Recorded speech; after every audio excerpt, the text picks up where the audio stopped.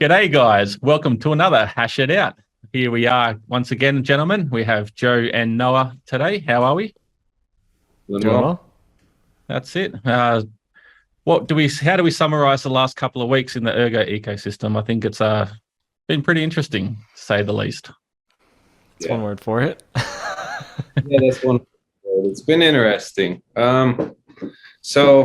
had kind of a known issue with the difficulty adjustment that was initially designed by Dimitri, who is no longer a part of the core team.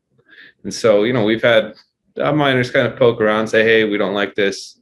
But there has never really been as strong of a push as there was post merge when, we were having trouble rolling over that diff spike.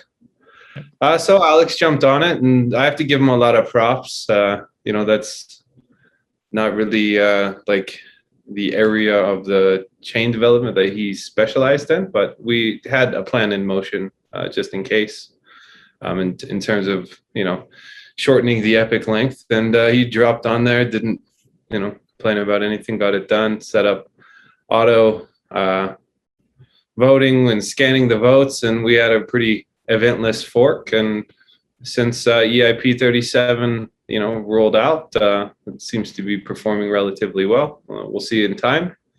And then as we move forward, it's kind of an open question. I think it's a good idea to put together a grant for some research into difficulty adjustment algorithms. I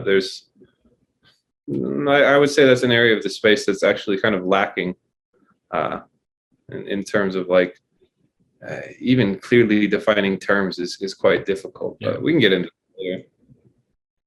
Yeah, most definitely. It's a pretty big undertaking to be a part of the hard fork, to be honest. This is my first sort of time experiencing things on the back end side of it. And there was a couple of near sleepless nights there, just trying to get in contact with everyone and trying to update their nodes and infrastructure, etc. So obviously, with the mining pools, they need to update the exchanges, wallets, all the dApps throughout the ecosystem, even down to simple things like bots, for instance, making sure that everyone sort of is updated and running the latest clients to initiate that fork once it did go live.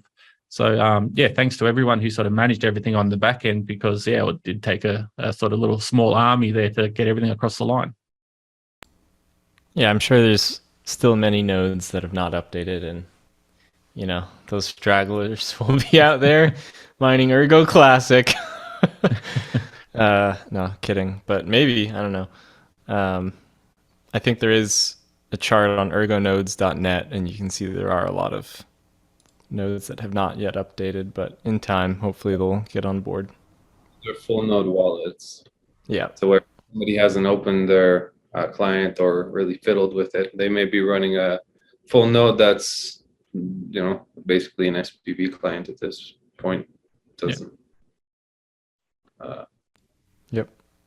So jumping into the difficulty reduction, sort of where we were sitting at, we're at about 16.6, and then the first drop off basically halved that to 8.3, I believe. So once again, after that one, halved pretty much straight away once again. And then now it's just slowly kind of slow increments, just building back up to sort of find that 2-minute block time or the 120-second equilibrium. So it'd be interesting to see how it all plays out once everything sort of balances out and we have more hash rate come on board. We think we've seen basically a 2.5x roughly at this point in regards to hash rate come onto the network. So it's nice to see everything sort of in motion at the moment, but obviously time will tell. Yeah, time will tell, and it's hard to tell. I mean, there's somebody that is renting K1 at the moment. What is their hash rate? There's like 12 or something, but it could be a couple. It's up to 13.75 now. Yeah, so although that's collectively there. I don't know that single miner. I'm not sure what they're at. 12.6 roughly. Yeah, it's always hard to know anybody's intent looking at the amount of hash rate that's either added or coming off a network, right? So you may have a big farm that pops a breaker, GPU catches on fire, has some drama, and boop, a lot of hash rate disappears, right? That's not necessarily an attack, right? It could be faulty hardware, it could be a power outage. There's a ton of unknowns, right? And the same thing is true with something coming onto the network, right? It's hard to know intent. And, I know there's always actors out there that, know the future, but the reality is, when you're looking at that in real time, there's no way to tell. There's no way to tell. It could be someone that says, hey, the diff is dropping, and if I, rent a bunch of hash rate for 24 hours, that makes sense, based on whatever business logic he's using, and does that, right? It's hard to say. Yeah. And we know there's lots of sort of variables in the mining side of things. So obviously power being one of the largest ones, but yeah, who knows what jurisdiction people are in for that instance in regards to power. But yeah, numerous different metrics that can be sort of at the mercy of a miner or the speculator trying to jump to conclusions, or that speculative sort of aspect there that you were just mentioning. Yeah, and then you have the other kicker that okay, you obviously do have some people that say they know the future with price, right?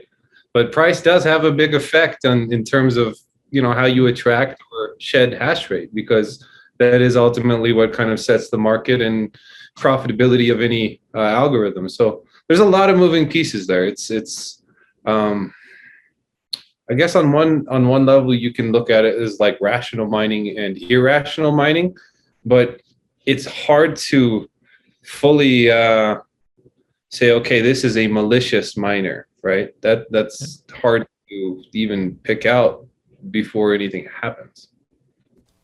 It also begs the question, like, what does it mean to be malicious in that case? Like, are they just seeking profit? Is that it's hard what makes somebody malicious or not? You can talk about actual like attacks, right? I would say, okay, at that point you've pretty much declared your intent.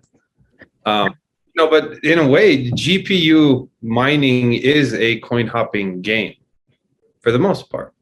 Like, you have a ton of miners out there that, they have no home, they just have hardware.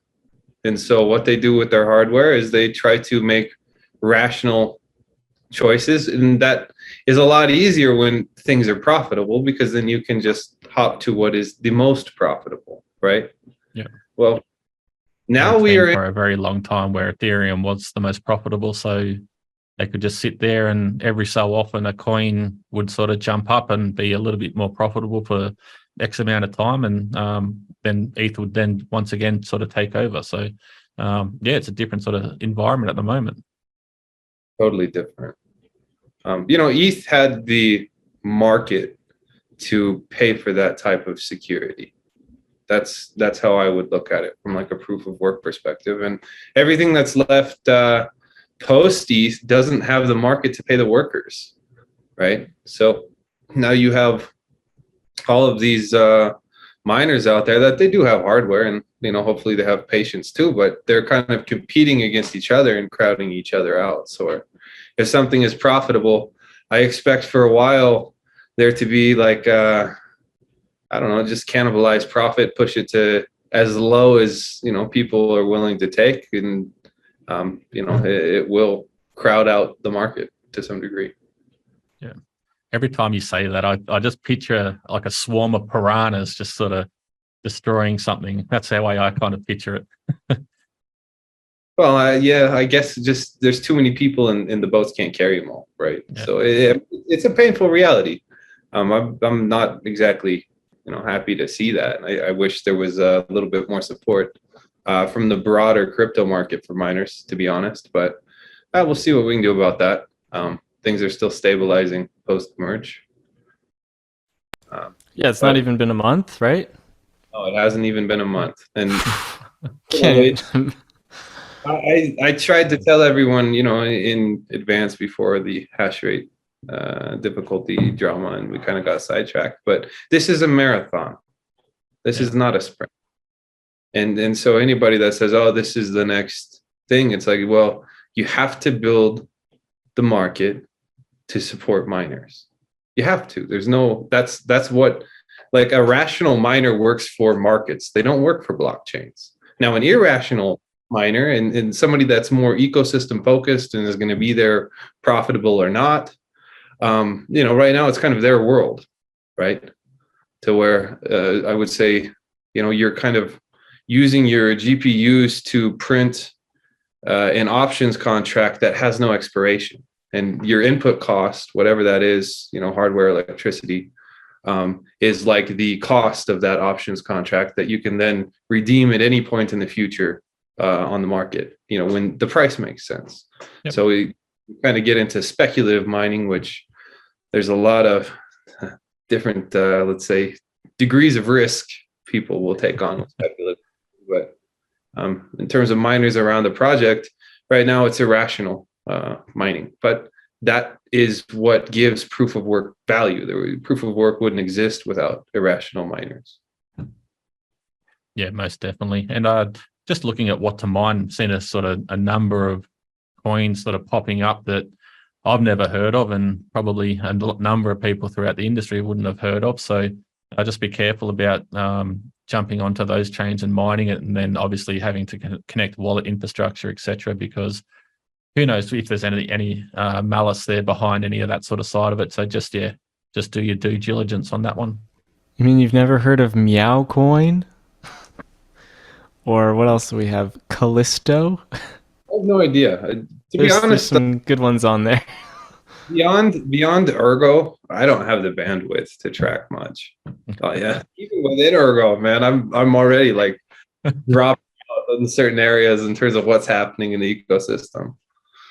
Yeah, it's a lot to keep track of. A lot to keep track of. Get which a is bit good. Spread thin. It's a good thing. It's like the best problem to have. But if people know what's going on out there, it's like I have no idea. Yeah, I think it is good to zoom out sometimes, though. Just keep it on what's going on in the industry as a whole. Yeah, not to get too caught in the weeds of what we're doing. To sort of have a sense of what new ideas are out there, what trends are out there. It's a good thing. Yeah, I was just going to say, this is a nice little segue into sort of what's happening in our ecosystem itself, sort of post the EIP-37 shenanigans. So we've got a number of things sort of going on at the moment, being the Node 5.0 update. I think that's going to be a significant upgrade, but that's not a hard fork, it's a soft fork, thankfully. So do you want to elaborate on that one a little bit, Joe, if you can? Sure. So Node 5.0 is changing the costing mechanism that we use. In simple terms, we're going to see more efficient use of block space, and we're going to see more efficient scripting in many cases. It's already been tested on testnet, although that probably got put on hold for a little bit while everybody on the diff adjustment. But we've seen some pretty nice improvements in applications. Smart contract costing, the outputs they're able to create. So it is a performance upgrade, and it's a pretty nice upgrade because there aren't really trade-offs, right? A lot of the times when you get into upgrades, it's like, okay, well, what are you getting? What are you losing? And who's going to be happy? Who's going to be not? Miners win, right? They get more efficient use of block space, which means they have the potential to stack more fees. Developers get more performant smart contracts, and users get a faster system. So, all three parties, I think it's a win all the way around. Yeah, I've been looking forward to that one for a long time. And last I knew, estimated date was sometime in November. Is that right? That's the last I heard. So voting for that will be sometime around then, or how's that going to go? I know we just went through a whole fun of voting, but let's talk about some more voting. We need to reorganize for a minute. Yeah. Is voting going on at the moment? Is that the 120 parameter? It was going on in the moment, yeah. And so I need to see. I haven't been watching, right? Yeah, so in smoke lately. I think we all have to catch up on that one. But yeah, definitely we'll research that and find out, and let you guys know what's going on in the voting front next week. Yeah, interesting. I've been sort of like watching the votes on each block, and pretty much everyone has 120 in there, so that's good to know. People are generally in support already. Yeah, I don't see the trade-off, so I imagine that'll be easy. Yeah. Minimal can. We have a lot of things in the ecosystem going on. Ergo Hacks kicking off. I think in terms of like the updated Oracle core, we're probably 2-3 weeks away, depending on how things run on testnet. Once that's up, Dexy's pretty much in place that we can launch. We are running a little logo contest that I'm behind on, actually. So it's supposed Come on, mate. Riro won't be happy. yeah. That are upset, but I'll get that together and get a poll out and let the community vote. And as usual, when this type of like decentralized governance, I ask you don't Bodie McBoatface us and like pick the logo with the hot dog, right? But Yeah. We've got Rosen coming up as well. Yep. We had a cross-chain swap on mainnet, I think, or not. Maybe not a swap. I can't even remember. There's just been so much. Yeah, bridge and burn testnet tokens with Rosen. So yeah. Yeah. There's We've just seen the smart pool for Flux just be announced. There's been a little bit of a sneak peek there, so watch this space. That one looks exciting. Yeah, I saw that today. That's the beauty of a decentralized ecosystem. I had no idea that was coming. That's great. Surprise. Yeah, that's awesome. I always love that when it's like, the core doesn't even need to be a part of anything. Yep. We're always happy to help when we're needed, but we're less and less important. Yep. That's the whole point of it, isn't it? Yep. Yeah, we'll probably see some volume on Spectrum with that. I would think that would be an interesting one for traders to look at. New arbitrage opportunity for the ecosystem. Yep. It's kind of neat. And then a number of sort of dApps coming up. We've got in probably roughly 2 weeks. The last I heard was middle of October for Night Owl also. That's another interesting one. Yeah. I'm curious how things go. Yeah. You're going to risk it all? No. I'm going to be, I'll fiddle with it, but I'm not going to go crazy. Yeah, me neither. Yeah, that's I'm it. Sure, some people will, but I'm sure some people out there need to hear manage your risks, but nobody listens to me anyway. I can say that all day.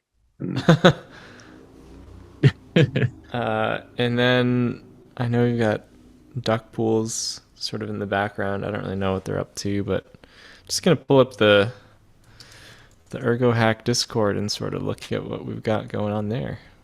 Sure. Yeah. Number of projects registered, and as of the 3rd, so probably a day after this video is released, then Ergo Hacks kicked off, and just like to say to all the participants and projects there, good luck and happy coding and developing. So be interesting to see what everything comes to life. And Noah, yourself, you put a proposal in out here.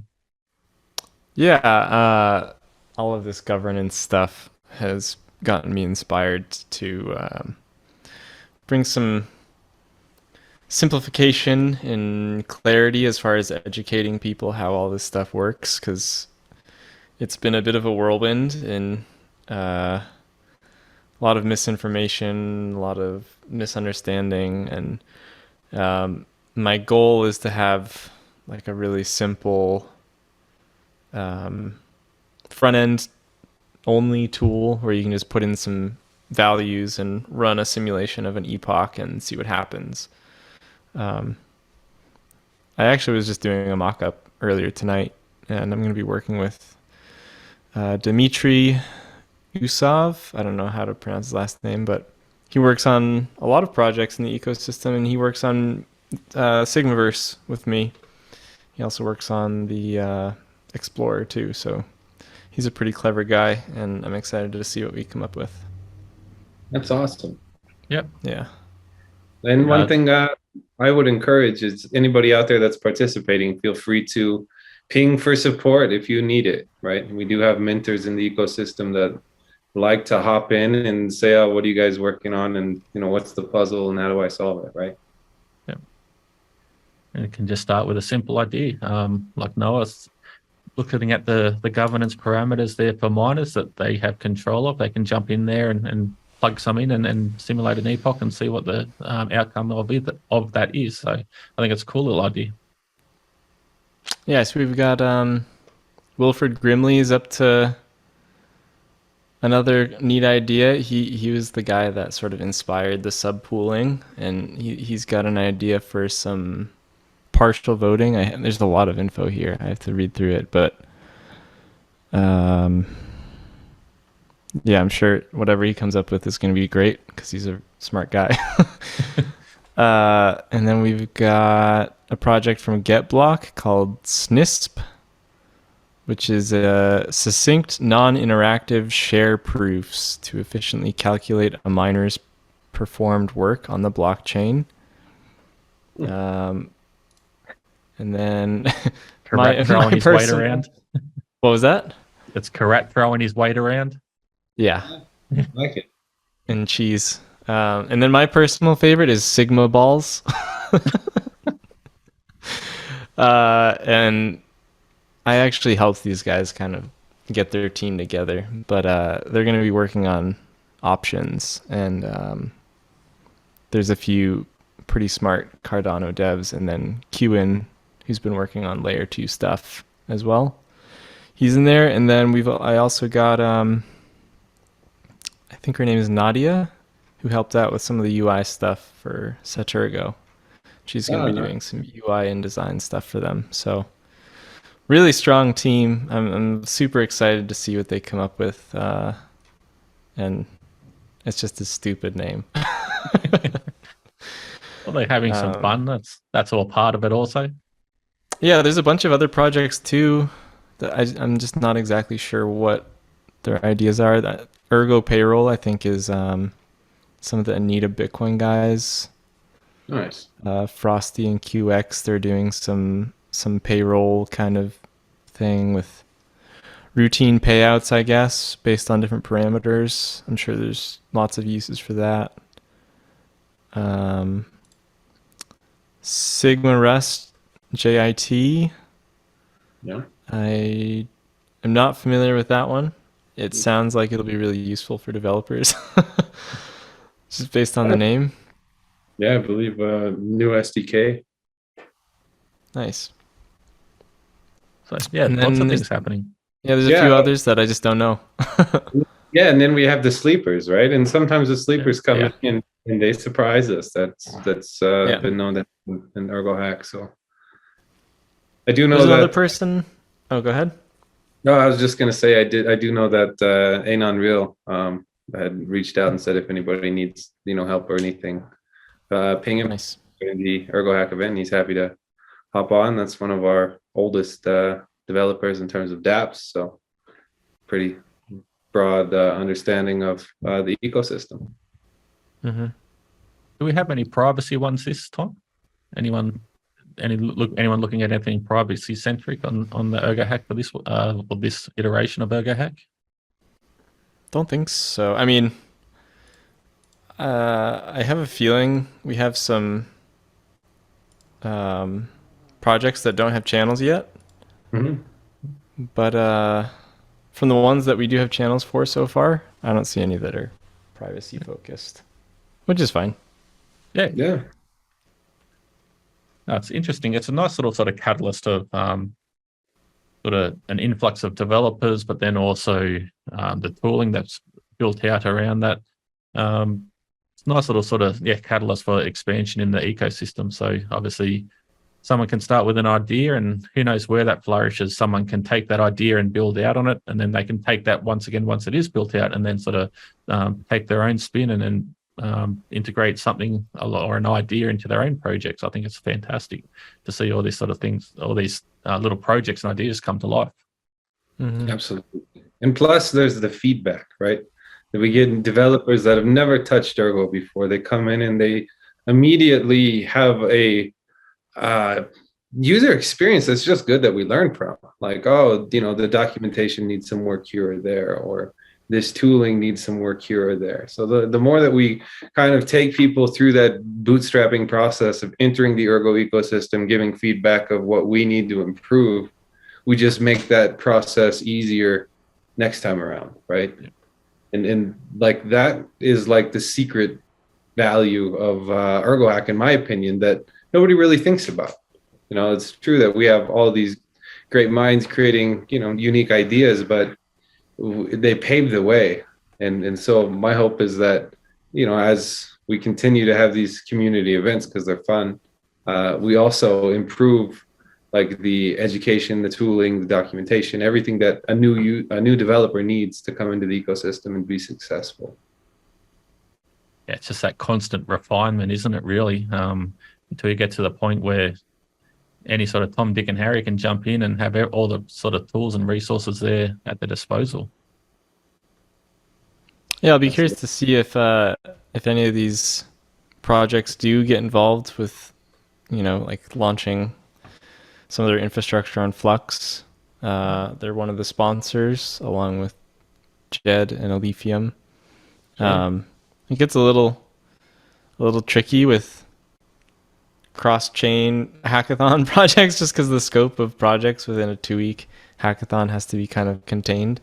But yeah, I saw we had the Flux tutorial video come out that was provided by our sponsor, and it'd be cool to see some projects pop up with infrastructure on Flux. I know the auction house has an instance running on Flux, and looks like we'll have a subpool in the future as of today. So that's cool. So basically anything all that in can all, be very exciting. Anything that can be Dockerized, I believe, can be sort of run on Flux, as they say. So anything they can do there, they can chuck it into Flux OS, I believe, and away they go. Yeah, I think Docker and Kubernetes. It's a great hosting solution for any type of decentralized application that wants to stay away from central servers and get some redundancy. Like I'm always a fan of that. It would honestly be a good way to sort of create a large number of execution bots, like for Spectrum. Mm-hmm. Initially, I imagine they had to be pretty centralized just to get started up before the community started running. Yeah. The execution bots, and that might be a good way to sort of bootstrap a decentralized off-chain solution right from the get-go. That's a cool idea. No, there's a huge use case there, and there's a lot of, Flux is a really nice project. I like that type of decentralized hosting solution. Just the general concept of it makes a tremendous amount of sense in terms of hardening infrastructure. So good friends to have. Yeah, most definitely. A lot of people sort of in the mining industry can become quite tribal, or in crypto as a whole become quite tribal, but I think this is a great relationship where everything just complements each other. I think it's fantastic. Yeah, it's there's always drama in this space, man. There always is. It won't go anywhere. It's one of those things right now we're in kind of like I guess you could call it a bear market, and what happens in bear market is projects tend to like cannibalize each other, to where it's like, instead of taking liquidity or value that's moving into the space, that's not happening. So then what do? They try to suck it out of each other by running around and shitting on other projects and attacking them. And it's par for the course, right? If you've been in and around crypto, it's like, oh, great, here we go. Just get your popcorn back. Let it happen, right? And the reality is sometimes it even gets to the point where there's like bad blood, is way off into the future, just because, I don't know, it's stress and fear and fun, right? Yeah, it's a couple of shit postings, and someone sort of takes it seriously or whatever, and the things spiral out of hand, and who knows how long that grudge can be held for. Yeah, I for one am ready to move on to new horizons. Well, I think more fun. I think the best way to approach it is let's just build cool shit. And if someone doesn't support us today, let's build cool shit so they do tomorrow. Yeah, You know, exactly right. And if at some point, you know, they, you know, have an issue, that's okay.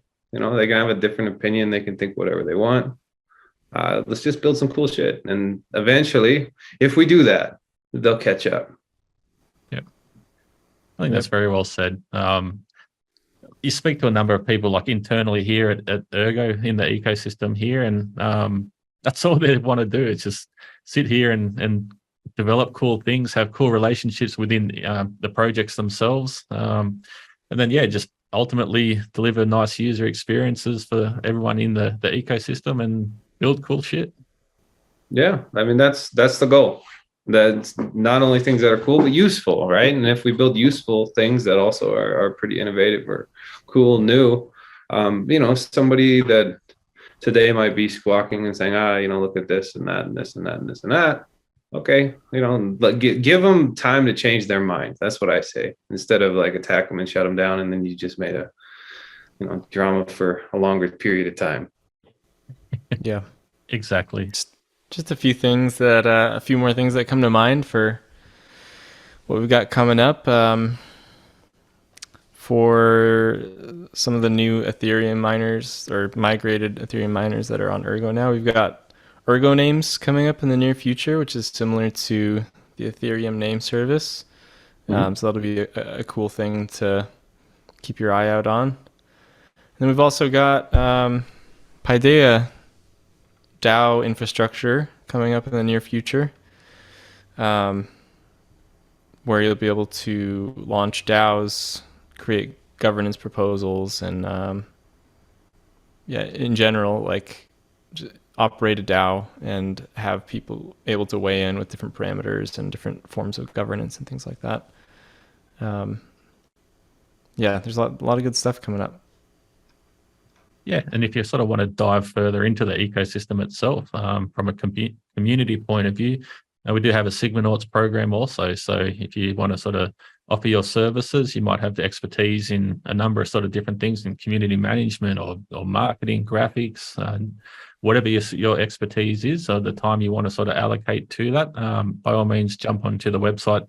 And there's a link there to actually register for the Sigmanaut program. So if you have any time available, by all means, consider that. Yeah, it's the beauty of an open source and open community.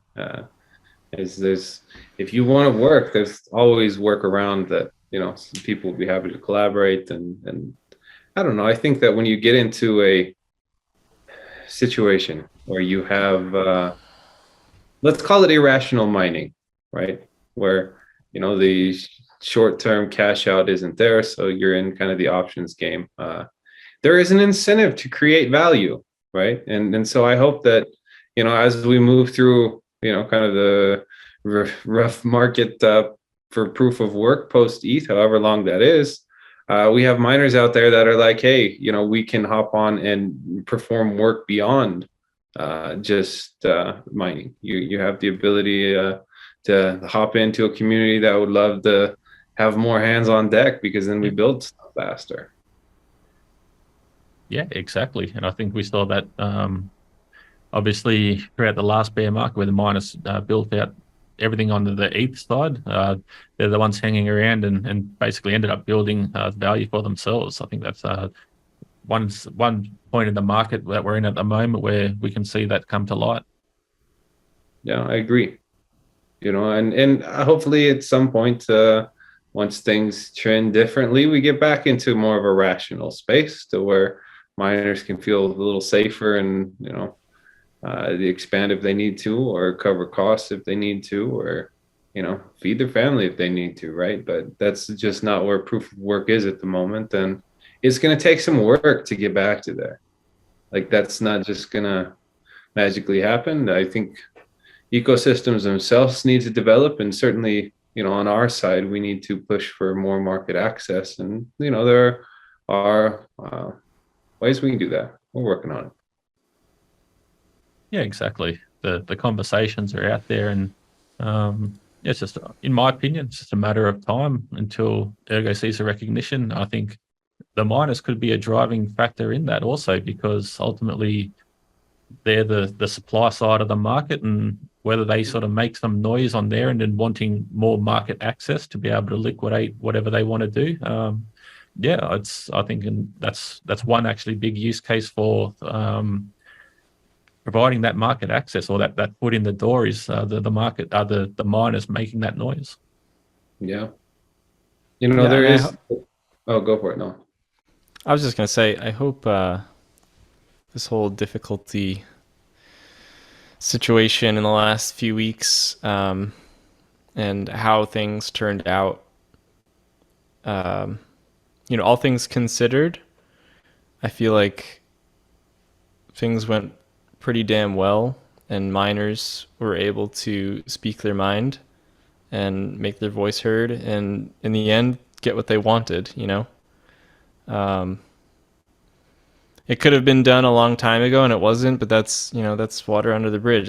It isn't what the situation was. When things got bad and it needed to be fixed because miners wanted it fixed, everybody worked really hard to make sure that miners got what they wanted. And, despite all the drama and the pointing of fingers, I hope the new miners in the ecosystem can see the value that our ecosystem places in the mining community, and the understanding that we need miners.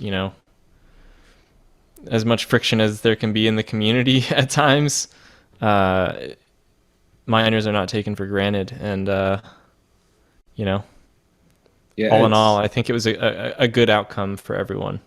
Yeah, I hope the lesson moving forward is engage. Yeah. Just that simple, engage. And let's say that we look back 6 months from now, and EIP-37 was successful to some degree, but also needs improvement. We can revisit that, right? Like the chain itself needs to be able to adapt, be able to evolve, be able to innovate, and that takes engagement. That it's kind of a different mentality than having like rational mining for a chain that doesn't care about you or doesn't want your feedback, right? It burns your fees. That's not the direction Ergo wants to go. What Ergo would like is to engage, because ultimately, over a long enough period of time, miners on the network. That's what storage rent represents, is like the network itself is decentralized because who owns it? Over a long enough period of time, a decentralized set of actors that are working to sustain it and protect it and build it out. Yep. I think it's very well said, both those points that you just made. I was just going to say that I think it's a good sort of introduction for a lot of people into the Ergo ecosystem who have like their first time through like a governance sort of aspect from the mining point of view. I hope it's like a nice little sort of introduction and realization of the voice that miners have on Ergo, because ultimately, if there is a proposal put forward, they're the ones who are the ones deciding whether that gets pushed through onto the protocol or not. Yeah, and support it or not, we can build it and be neutral. Yeah, honestly, all things considered, not that it was a good thing, but it almost, long term, I think it almost will be a good thing, just because of the awareness that it brought to the way that Ergo handles governance. Sure. When all eyes were on Ergo, and then things had to go the way that they did. Let's say that the merge happened, things went on, difficulty adjusted just fine. I have a feeling that a lot less people would know about governance in the long run, and it would be a lot more set and forget. Yeah, that's a good point. I guess everybody got to see how the team does under fire, right? Yeah, that's right. Yeah, there's one of the good quotes that came out of this, actually. I think it was from Agagaka, Jasper, when it was basically the teams slow to decide, or something along these lines, slow to decide but quick to act. So sit there, take their time, analyze what's going on, make a fair assessment, research, and then once they have all the information, then it's just a matter of sort of going, yep, this is what we're doing, and basically saw a turnaround. I think it was about 7 days, roughly thereabouts, from memory, from basically the proposal to going through the simulations and everything, and then having a reference client sitting there ready for the miners to vote on. Yeah, no, it's something that we have discussed internally at the EF. The 128 blocks, that was not something new that just came post-merge. It's just a matter of, we're a small team, right? If whenever you have resources, it's always about allocation and priority. And, we had a couple of big updates over the last year. So it wasn't made the priority it should have been. But hopefully the lesson there is engage and help us figure out what the priority is. Yep. Very well said. I think we're coming up to time now, gentlemen. Is there any last words we want to say about the mining difficulty, pre or post side of that, and what's happening in the ecosystem? I would just go first. Sure, I'll go first. I would just say on the social side, there's always drama. There's always people that, I don't know, rub each other the wrong way, come across as entitled or angry or complaining or whatever, right? I think it's much better to think long term and just say, okay, well, if we build a solution, we build a couple of solutions, we build neat things long term, that's how you win. You don't win by, kind of just shitting on things and, complaining and fighting. And there's enough of that on Twitter, man. I'm buried in it every time I sign on in the crypto space. So I'm so guilty of it too. I gotta check myself. Yeah, but, you just have limited bandwidth in life, man. And if you make room for that, you are sacrificing something better you could put there. That's true. Yeah. Very well said. And yourself, I was Noah? just gonna say, this weekend I'll be in Vegas at CNFTCon. I think Joe's gonna be there too, from what I know. Yeah, I'm leaving Wednesday. So yeah, I'm not gonna be there for too long. What was that? Did Joe get the van fixed? Yeah, but then it's snowing over like Eisenhower Pass, so I'm gonna take a different vehicle probably because I don't want to drive like a van in the snow. Get caught with some chains or something. That'll be fun.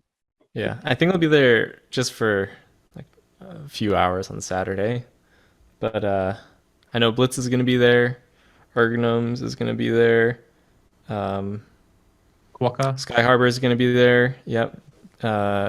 Ackergacker Jasper is going to be there from it's going to be fun. It's going to be Dan fun. Will be there. The Ergo Foundation has a booth, and the reality is I would love to take all of the projects or people in the community, even if they show up, and say, this is your spot now. Because if you're in the ecosystem, you got a spot at that table. Yeah. Yep. We've also got the Zengate guys. So Dan and Sam will be there. Yep. And we're gonna have Sigma balls there too from the Ergo hack. So that'll be a fun new addition. But yeah, if anyone else is there, come on by. It'll be a fun time. I hope so. Yep, by all means. I think we're going to do or hopefully do a fireside chat of some description also. Whether we can broadcast that, we'll watch this space. So yeah, we'll just keep an eye out for that one. My last word, I'd just like to say thanks for all the miners who slugged it out throughout those last couple of weeks. It's been a sort of long run. So yeah, thanks very much for the contribution there. And for all the new miners into the ecosystem, like I mentioned, hopefully it's been a nice little introduction into the governance side of things. And by all means, join the conversation and jump into the ecosystem because there is a lot going on. Yeah, well said. All right, guys. Well, thanks very much for chatting once again, and you guys for tuning in. Take care, everyone. Have a good one. See ya.